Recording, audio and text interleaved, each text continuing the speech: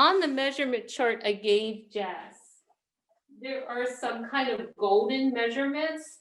These are the measurements pattern companies ask you for all the time. They're bust, waist, and hips, and I'll just briefly go over that. I'm going to be using blue tape to mark my dress form. And sometimes I use this to mark people too. It's just painter's tape, but I buy it in an 1/8 inch wide, okay? I'm going to remove the arm. You don't have that luxury, just so I have an easier time showing you where you need to measure. And there are some unusual measurements that are not just bust, waist, and hips. Okay, just a brief comment about measuring. Let me find my tape measure. When you measure, be sure and keep your finger away from the tape measure. Everything's falling all over the place because I'm ready to go for the next segment. Sorry about that. So when you take a measurement, and this is my curtain and drapery tape measure, so it's very long. Make sure you're reading from the outside. Don't put your finger underneath. Always wear the undergarments you are comfortable wearing with the outfit. If you're going to make a formal dress and you're going to have any sort of undergarment that's going to lift and squish you in, wear that during your measurements. It's worth it. Okay, so the 3 first measurements. The first thing I do actually when I'm going to measure somebody is I run a piece of tape along the shoulder seam. This helps me in all the measurements I'm going to do later. So I either mark it with pins or tape, and the shoulder seam actually starts where the neck curves onto the shoulder and goes to the edge of the shoulder. I don't know if you can see that, but that's what I'm marking. That's not something they tell you to do, so I'm just mentioning that's what I do. Most of the time I'll be able to just pivot the dress form and do that. But so why do you do that, but they don't tell you to? Because the measurements that I need to get a really nice fitting garment for you are going to refer to this continually. And so if you mark it at the beginning, you'll know where your reference points are, and they'll be consistent. Like if I measure this to this area from the back, I might measure a 1/2 inch forward or a 1/2 inch back if I don't mark it. Do you understand that? It's just to hold the position. That makes sense. It's kind of like when you're making anything, you need some kind of unit to start with. When you're figure drawing, you always measure the head. So that's the first place I always start. Then you do traditional measurement, bust over the, there's all kinds of controversy about this. This is how we're doing it. Parallel to the floor, do your bust through the widest part of your bust. Just do a circumference measurement, boom. Okay? And that's with the bra on, right, Jean? With the bra or whatever foundation garments you are going to wear. If you are not going to wear a bra, do it that way. Do it with your whatever you're going to have on underneath it. Okay. If you're making PJs, you're not going to wear a bra. Do it without. Okay? Waist. The waist is always, I don't care where, people say 7 inches below or something. The waist is always the narrowest area between bust and hips. And I have a really awkward waist because the only place my waist is thin is in my back, which is called a hollow back or a sway back. That's one of my problems is if I have any narrowness, it's in my back, so no one can appreciate it. So what a pain. So make sure it's parallel. I just kind of spun this around. Now hips, again, usually people say 9 inches from the waist. That's not how you determine your hips.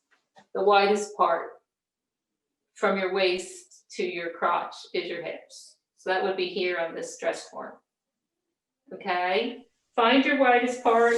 If you don't know what your widest part is, keep taking measurements and compare them really seriously. Because that makes sense. It's very easy to taper the top, but it's really tough to go back and add fabric if you didn't allow for enough, okay?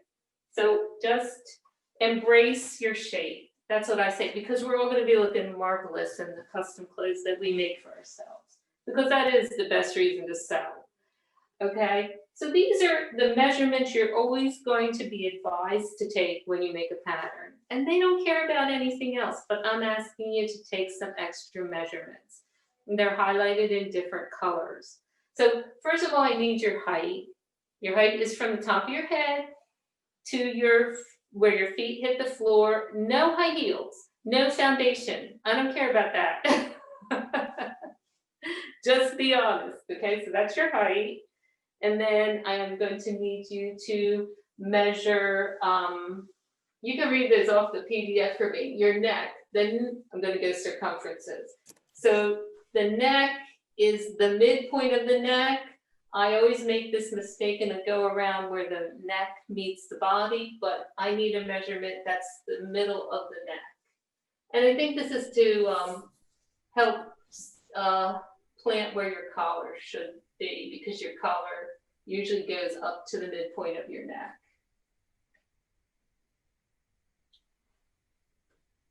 Okay, so we got neck. Okay, what else do I have to measure? Okay, let's do crotch depth.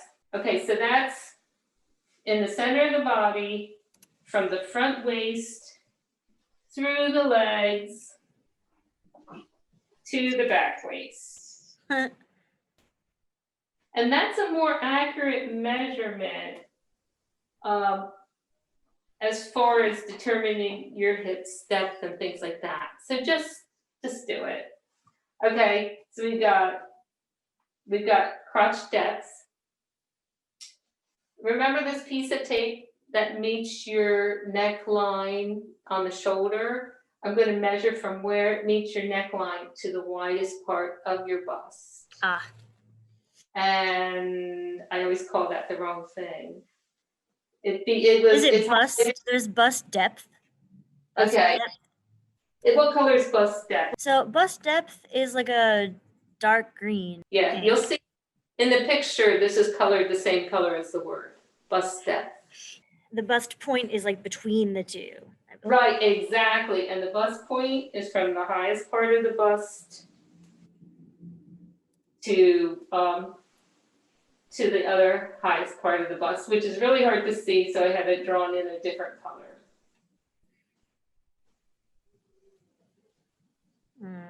Let's see.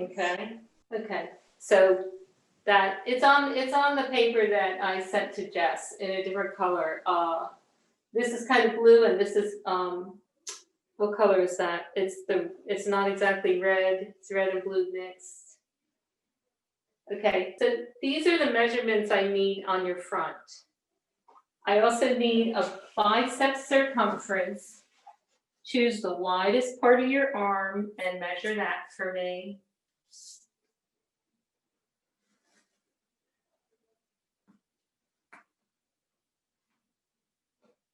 And actually I photographed the dress form and drew my mannequin on the handout I gave you. So my dress form does not have a bent elbow, so I'm going to try and show you.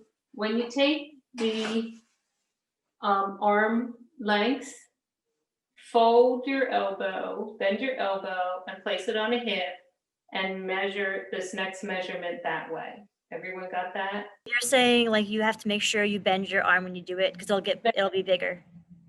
Right. Yeah. And measure from, I can't hold the elbow that way, but you're going to measure from the edge of your shoulder over your bent elbow to the wrist. And that just ensures that if you're going to make a long sleeve shirt, it's not going to gap when you bend your elbow. And a lot of us have slightly bent elbows just as we spend our time during the day. So that's the arm length. It should be taken over a bent elbow. Technically, this should probably be this way, but I'm just going to leave it this way. Okay, and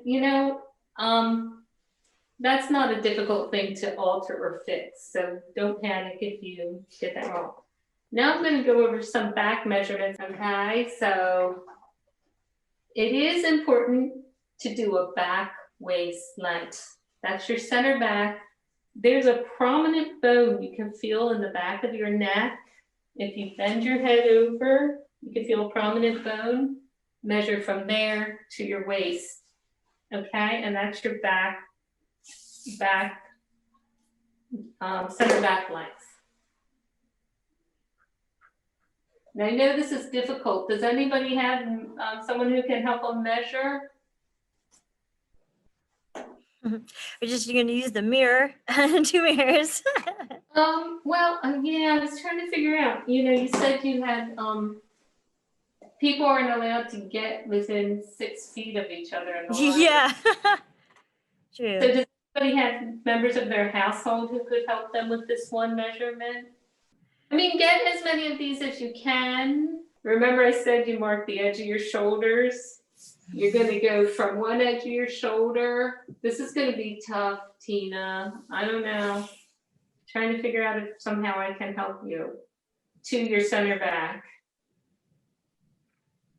If you can't get this, just let me know. If you can get it, great. If you can't, let me know. There's a lot of times from your height and everything, I can approximate it. But it won't be perfect, okay? and might as well have my computer program do the work if we can, okay? True. Right, but we'll figure it out. So I mean, I'm trying to figure out how I would take my back length without help. You don't know. Maybe put a belt on, put a ruler behind me and kind of pinch apart. I don't know. If you come up with something, let me know. Sorry, I mean, seriously, that's an important thing. Okay, the other thing is to measure from the tip of your shoulder across your back to the other tip of your shoulder. Okay, sorry. I know this, no, I don't know. These aren't terms that I was taught in school, and sometimes I forget them. They're terms from my computer program. It's good to know, though. Yeah. So it goes from shoulder tip to shoulder tip, but you can't see the whole thing. Okay, so these are the measurements that will help me draft a pattern that's going to be closest to what you guys need. These are going to give me the best measurements for the pattern, and my measurements that I use are really old, so it'll be interesting to see how much weight I've gained and lost.